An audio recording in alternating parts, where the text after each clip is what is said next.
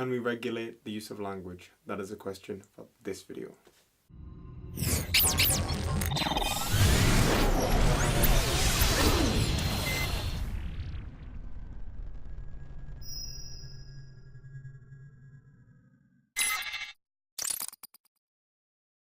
Hello everyone, and welcome to another episode of Perspective Philosophy, where we try to better our perceptions of the world through philosophical discussion. Today we're going to be discussing whether we can regulate language, and by that we mean can we ban or restrict the use of certain words or phrases via legislation. So to begin, let's understand when we are discussing this is can we regulate language? So is it possible? And what we're going to be discussing is whether we actually can ban particular words or phrases and the meanings behind them. So yeah, you can ban that individual word, but have you destroyed the meaning behind it, the concept behind it? Has it been alienated from our society in order to protect the people this is apparently supposed to be protecting? Or have we simply limited our linguistic communication? So many of you may be watching this and maybe looking at me going like, of course we should ban certain words because they cause suffering to other people. And you might be thinking that, well, maybe I'm just being an idiot because of course banning those words is possible because you just make it illegal, you just don't say it anymore. The problem with that is that even if you did alienate that individual word, the concept behind the word still exists and it can migrate onto a new word. Words do not link to universal reality. Okay, there is no universal meaning of words. It changes every year, every day, every single use of a word that makes sense within a language community. Now that's important because words have to make sense to each other. If I was to just make up a word and just call it like whatever, you wouldn't have an understanding of the word. I could change the word's meaning to mean whatever. There'll be no method of communication there. So that's why we can't have somewhat an objective view on language, because it has to be understandable. Because if it's not understandable, it's not a word. That being said, so long as it's understandable, then it is a word. Now, you can take a word that already exists and change its meaning, and you can migrate the meaning of the word to another word, or you can add a new meaning to an old word, and you can mix up language any way you want, so long as the community that speaks that language understands it. Now, when I say language community, I do not mean the people who simply speak your language.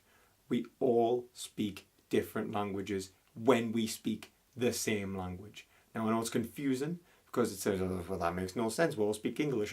Of course, like, we're just speaking English. But what I'm actually saying is that we all exist in different spheres of existence, different small language communities, subcultures, if you will, but bubbles in which we communicate. Now, institutions have them, and so do social groups and other methods of socialization. But the important thing to recognize is that when we discuss things in each group, it changes the context of the word, because the audience is what determines the meaning of the word. So to understand why we can't ban these words, we need to understand how they develop. Language and what defines language cannot be abstracted from these social groups. Okay, so to say that a word, let's say, is hateful, it will be hateful so long as it's understood to be hateful in that group, but simultaneously it can mean something else to a different group. Now, this is apparent with words that go beyond hate speech. Okay, so if I was to say time, I understand what time is relative to the context that it is placed in. If you say, what time is it? I'll look to me watch. If you say, it's time to go, I understand that I have to leave, even though you've expressed two different concepts with the same word. Now, more than simply just changing the, realm in which you've said time, depending on who you're saying these different words to changes their meanings, but also you can create new understandings of the word, and you can also totally destroy a word. If you were to conceptually alienate a word, it would be meaningless. So if you were to say, what is time? without trying to explain anything to do with reality and the universe, you will be completely dumbfounded. There will be no way to explain it. Augustine had that problem, and he said, I think I'll paraphrase, but he said, I understand very well what it is until I'm asked. And the reason for that is because if you try and pull something so integrally part of reality out of reality, it then loses its context and it is no longer meaningful. It's exactly the same with language. They are given meaning by the way it can be communicated. Words and language is given meaning by the way it's communicated to other people. So people might just come back and say, like, well, that's fair enough, Lewis, but there's certain words that their meaning's just so hateful. Whatever other meaning that we're trying to describe in other groups, it's irrelevant. We just need to annihilate that concept. We need to annihilate that word. We just need to get rid of it.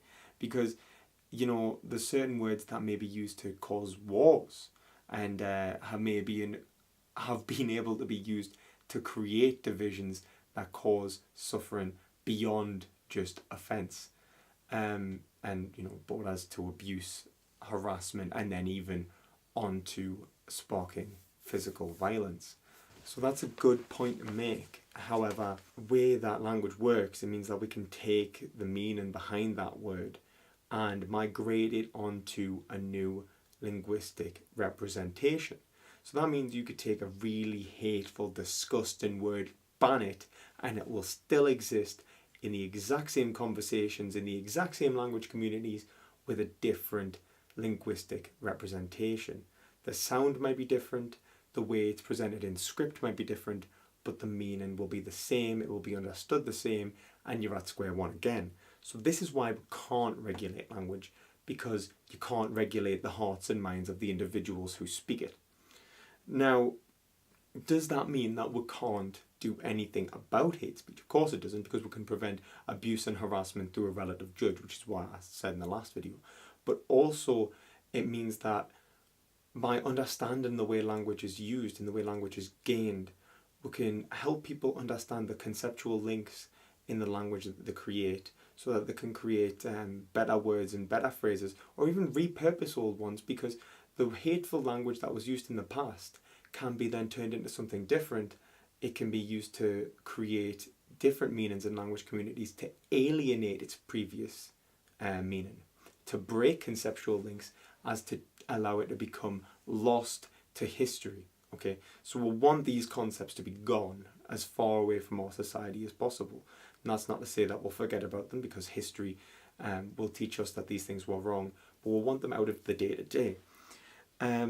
So there's an important quote that I'd like to say by Peter Geach, actually, in case anyone recognises the name. The exercise of one concept is intertwined with the exercise of others. As with a spider's web, some connections may be broken with impunity, but if you break through enough, the whole web collapses. The concept becomes unusable. Now, this is what we would want with hate speech, and it's also the reason why certain words do not mean the same when they have changed. So if you see someone, let's say, use the word pleb, for example, to refer to a working class individual and hurt them, you can understand the context relating to the original meaning. However, if you understand it as a way to, for example, call your mate an idiot, some of my mates have done that in the past, and we're all working class, so we're allowed to, haha, social justice warriors got you there. Then we no longer mean the original meaning, or the original meaning of the word, and we've alienated that concept. And that's a good thing, because it alienates it from our hearts and minds and in our actions and in our language communities. It allows it to disappear into history. Now, just in case somebody are wondering, well, what about the written word? Surely language means the same when we write it down, because there's only one way to read a word.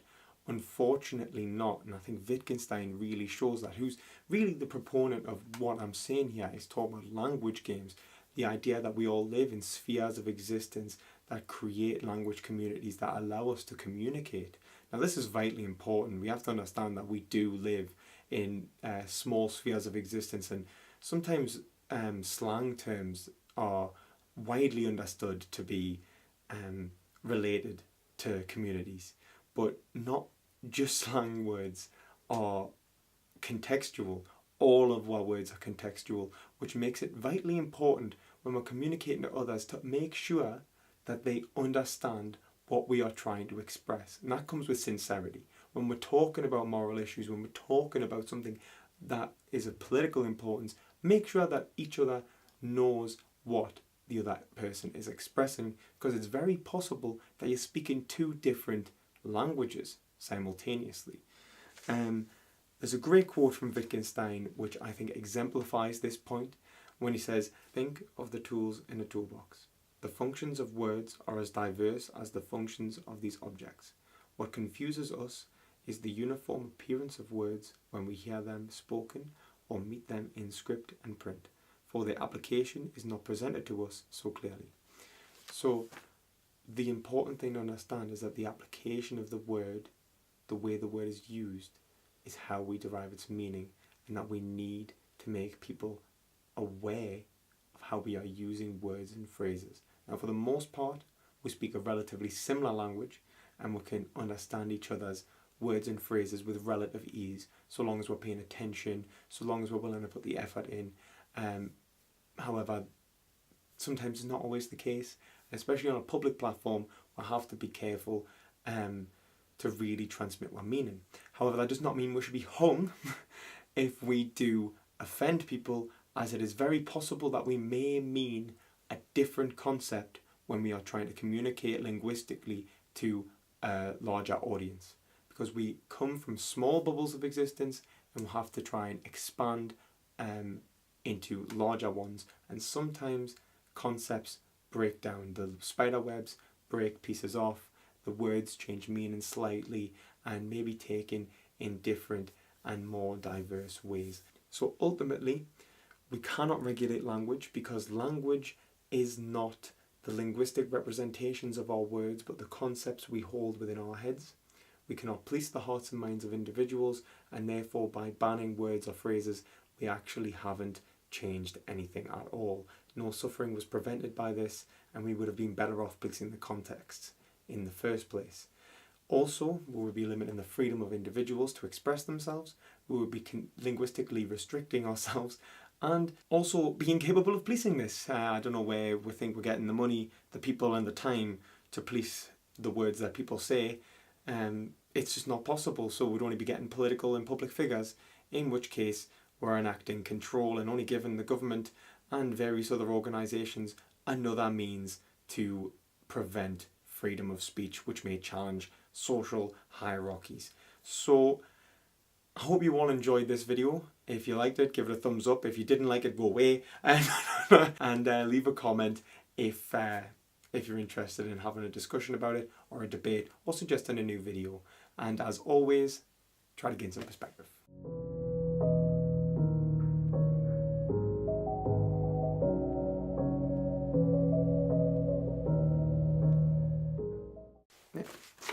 That's going to be a bastard edit.